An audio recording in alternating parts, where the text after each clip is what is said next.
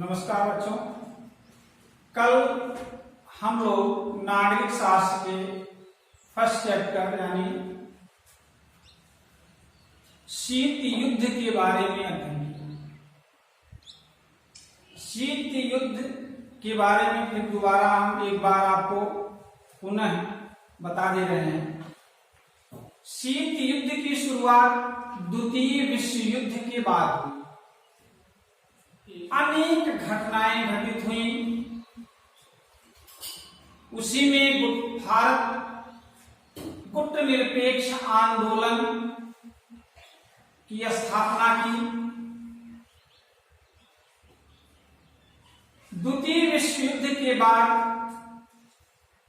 रूस, जिसे हम सोवियत संघ और अमेरिका, यह दो महाशक्तियां उभर करके सामने आई और दोनों अपने अस्तित्व की रक्षा के लिए, अपने वर्चस्व को कायम करने के लिए अलग अलग कार्य करने लगी।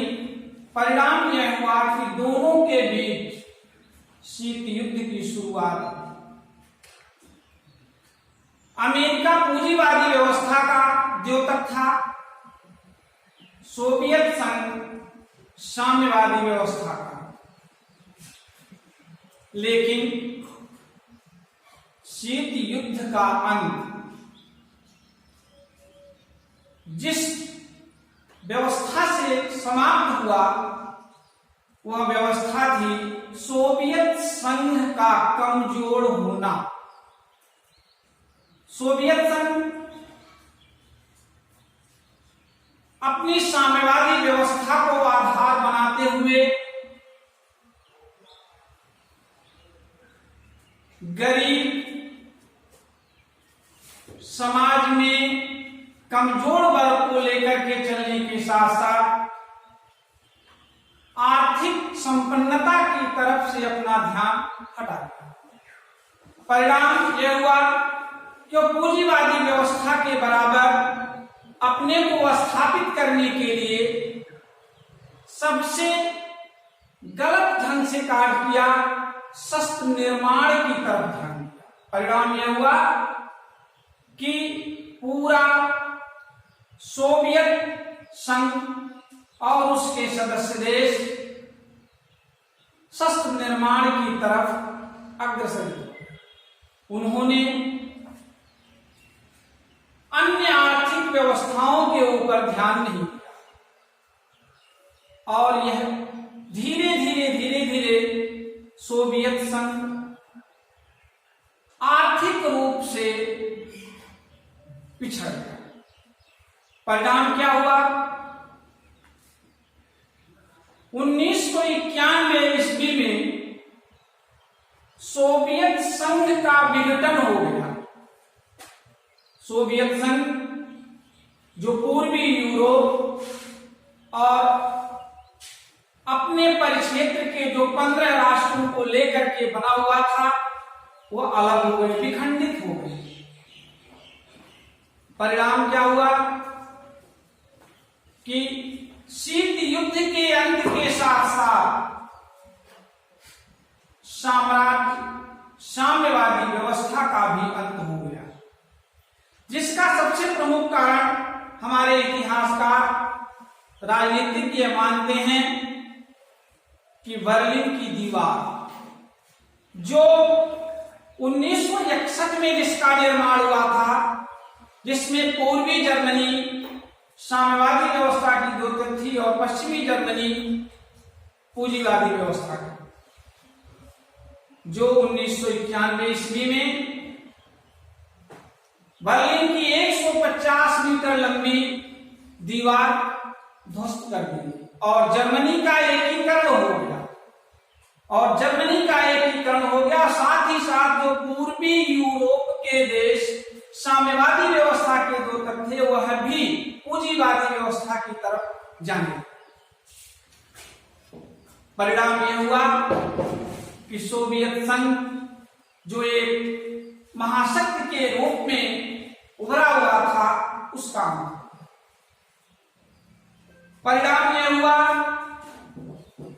कि सोवियत संघ का जब विखंडन हुआ उस समय उसके 3 बड़े राज्य रूस, बेलारूस और यूक्रेन, सर्वप्रथम तीनों बोरिस येल्त्सिन जो वहां के राष्ट्रपति थे रूस के, उनके नेतृत्व में अपने को स्वतंत्र घोषित कर दिए। इसके बाद जो समस्या रूस या सोवियत गणराज्य के लिए बनी हुई थी वो उभर करके सामने आ गई। इसके बाद रूस के राष्ट्रपति मिखाइल गोर्बाचोव ने खुली अर्थव्यवस्था पेरोस्ट्रोइका खोला। परिणाम यह हुआ कि पूरे संपूर्ण रूस में भूखमरी आ गई, खाद्यान्न की व्यवस्था अस्त व्यस्त हो गई, लोग परेशान होने लगे और उस परेशानी का कारण यह बना कि साम्यवादी व्यवस्था पूरे रूस में या सोवियत संघ में जितनी भी कंपनियां थीं सबको अधिग्रहित कर लिया था। क्योंकि एक चीज इसमें आती है, सबसे मुख्य चीज कि पूंजीवादी व्यवस्था और साम्यवादी व्यवस्था में अंतर क्या है। देखिए, साम्यवादी व्यवस्था में जो भी व्यवस्था आर्थिक रूप से की जाती है वह सार्वजनिक क्षेत्र या कह लीजिए सरकारी क्षेत्र में का उस पर आधिपत्य होता है। पूंजीवादी व्यवस्था में व्यक्तिगत स्वामित्व होता है। लोग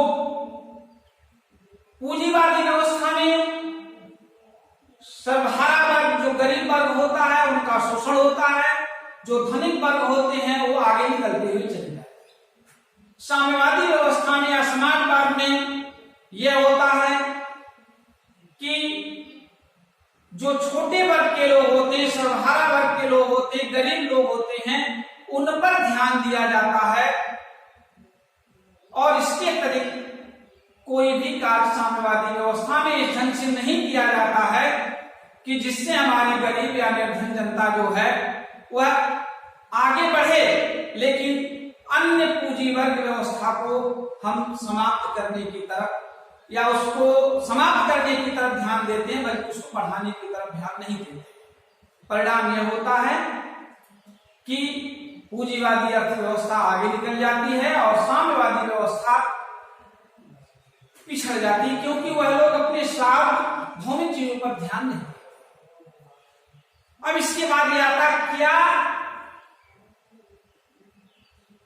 पूंजीवादी व्यवस्था के आने से साम्यवादी या समाजवादी व्यवस्था समाप्त हो जाएगी? नहीं, ये समाजवादी व्यवस्था एक मुख्य विचारधारा है, एक विचारधारा है और ये जो विचारधारा है कभी समाप्त नहीं होती, क्योंकि कहा भी गया है कि परिस्थितियां दिन प्रतिदिन पल प्रतिपल बदलती है। पहले कहा भी गया है कि पहले राजतंत्र तानाशाही व्यवस्था थी, उसमें परिवर्तन हुआ तो लोकतंत्रात्मक शासन व्यवस्था आई। हो सकता है इसमें भी परिवर्तन हो तो समाजवादी व्यवस्था भी आ सकती है। तो समाजवाद एक विचारधारा है, वो अनवरत चलेगी, उसमें किसी प्रकार की कोई कमी नहीं आएगी, उसे कोई समाप्त भी नहीं कर सकता। इसके बाद हम देखते हैं, अब हम दो ध्रुवीयता का अंत क्यों, अब इस पर आते हैं। दो ध्रुवीयता का अंत इसलिए हुआ कि 1989 में जब बर्लिन की दीवार तोड़ दी गई, जब पूंजीवादी व्यवस्था और साम्यवादी व्यवस्था का जो गतिरोध था वो समाप्त हो गया, एक प्रकार से हम यह कह लें कि रूस का जो वर्चस्व था, सोवियत संघ का जो वर्चस्व था, साम्यवादी व्यवस्था को लेकर के वह धीरे धीरे कमजोर पड़ता है। परिणाम क्या हुआ कि विश्व में केवल एक महाशक्ति के रूप में अमेरिका स्थापित हो गया। अमेरिका का स्थापित होना, पूरे विश्व पर उसका वर्चस्व स्थापित होना साम्यवादी व्यवस्था का अंत माना जाता है। इसलिए हम ये मानते हैं कि बर्लिन की दीवार दो ध्रुवीयता या शीत युद्ध की समाप्ति का अंत माना जाता है। अब हम आगे देखते हैं कि आपके पाठ्यक्रम में एक शब्द है दूसरी दुनिया। दूसरी दुनिया क्या है? आपके इस दूसरे पाठ में दो ध्रुवीयता के अंत में दिया है। दूसरी दुनिया का तात्पर्य यह है कि जो पूर्वी यूरोप के साम्यवादी विचारधारा के जो देश थे, जो द्वितीय विश्व युद्ध के बाद जिनका जन्म हुआ, क्योंकि ये माना जाता है कि पूर्वी यूरोप के लोग साम्यवादी व्यवस्था विचारधारा या रूस से प्रभावित थे और पश्चिमी यूरोप के देश के लोग वह पूंजीवादी व्यवस्था के विचारधारा के द्योतक। तो जो पूर्वी यूरोप के जो देश थे वह उनको दूसरी दुनिया का देश कहा गया। इसके बाद एक शब्द आता है शॉक थेरेपी। शॉक थेरेपी का तात्पर्य है कि आघात करना और उपचार। आघात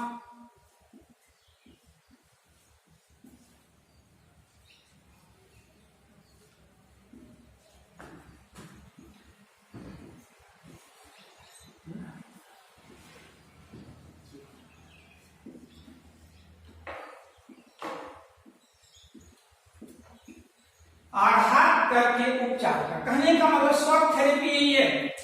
इस शॉक थेरेपी शब्द की व्युत्पत्ति विश्व बैंक या अंतरराष्ट्रीय स्तर की जो आर्थिक प्रणाली थी उसने दी। कहने का तात्पर्य हमारे यह है कि जब पूर्वी देश के लोग, पूर्वी यूरोपीय देश जब सोवियत संघ की विचारधारा की तरफ जाने लगे और पुनः शीत युद्ध के अंत के बाद जब वह पूंजीवादी व्यवस्था की तरफ उनका झुकाव हुआ, तो उन्होंने कहा कि आघात देकर, आघात करके उपचार करने की स्थिति उत्पन्न हो गई है। यही शौक है। इसके बाद हम देखते हैं कि रूस की महत्वपूर्ण भूमिका हमारे भारतवर्ष के साथ कैसी थी, भारत पर कैसा प्रभाव पड़ा रूस के संबंधों से या रूस से। भारत को रूस के साथ अपने संबंधों के कारण कश्मीर, ऊर्जा आपूर्ति, अंतरराष्ट्रीय आतंकवाद से संबंधित सूचनाओं के आदान प्रदान, पश्चिमी एशिया में पहुंच बनाने तथा चीन के साथ अपने संबंधों में संतुलन लाने के मामलों में फायदे। कैसे? क्योंकि चीन का, रूस का अंतरराष्ट्रीय स्तर पर एक प्रभाव है। भारत चीन के साथ उसका एक सहज और शालीन व्यवहार दोनों के बीच में 1941 1978 में स्थापित हुआ और दोनों देशों ने मिलकर के एक संधि बनाई और उस संधि का फायदा यह हुआ कि रूस भारत की प्रत्येक अंतरराष्ट्रीय और राष्ट्रीय स्तर पर उसका सहयोग करना प्रारंभ कर दिया। जैसे कश्मीर के मुद्दे को लेकर, कश्मीर का मामला बहुत ही चर्चित है, चारों तरफ फैल चुका है। ऊर्जा आपूर्ति, क्योंकि रूस एक कोयला, पेट्रोल आदि ऊर्जा क्षेत्र में काफी आगे था। इसके बाद अंतरराष्ट्रीय स्तर पर आतंकवाद का जो जन्म हुआ और भारत के विरुद्ध जो आतंकवाद का एक स्वरूप तैयार हुआ, उसको लेकर के भी रूस के द्वारा भारत का समर्थन किया गया। इस पाठ में इस शीत युद्ध के अंत में हम यह देख सकते हैं कि हम किन किन प्रश्नों को ध्यान से देखें या किन किन चीजों को ध्यान से देखें जो हमारे बोर्ड की परीक्षा में हमारे लिए बहुत ही उपयुक्त साबित हो। इस पाठ में हमको यह देखना है कि शीत युद्ध का अंत क्या हुआ, रूस की क्या भूमिका थी, रूस में साम्यवाद का अंत कैसे हुआ, रूस और भारत के बीच किस प्रकार का प्रभाव पड़ा, उनके संबंधों में किस प्रकार गहराई आई, इन चीजों को ध्यान में रखते हुए इस पाठ का हमें अध्ययन करना है, जिसमें हम विशेष तौर से शॉक थेरेपी, दूसरी दुनिया, शीत युद्ध का अंत आदि विषयों को ध्यान से पढ़ें और पढ़ने के बाद हम उस पर नोट्स बनाएंगे।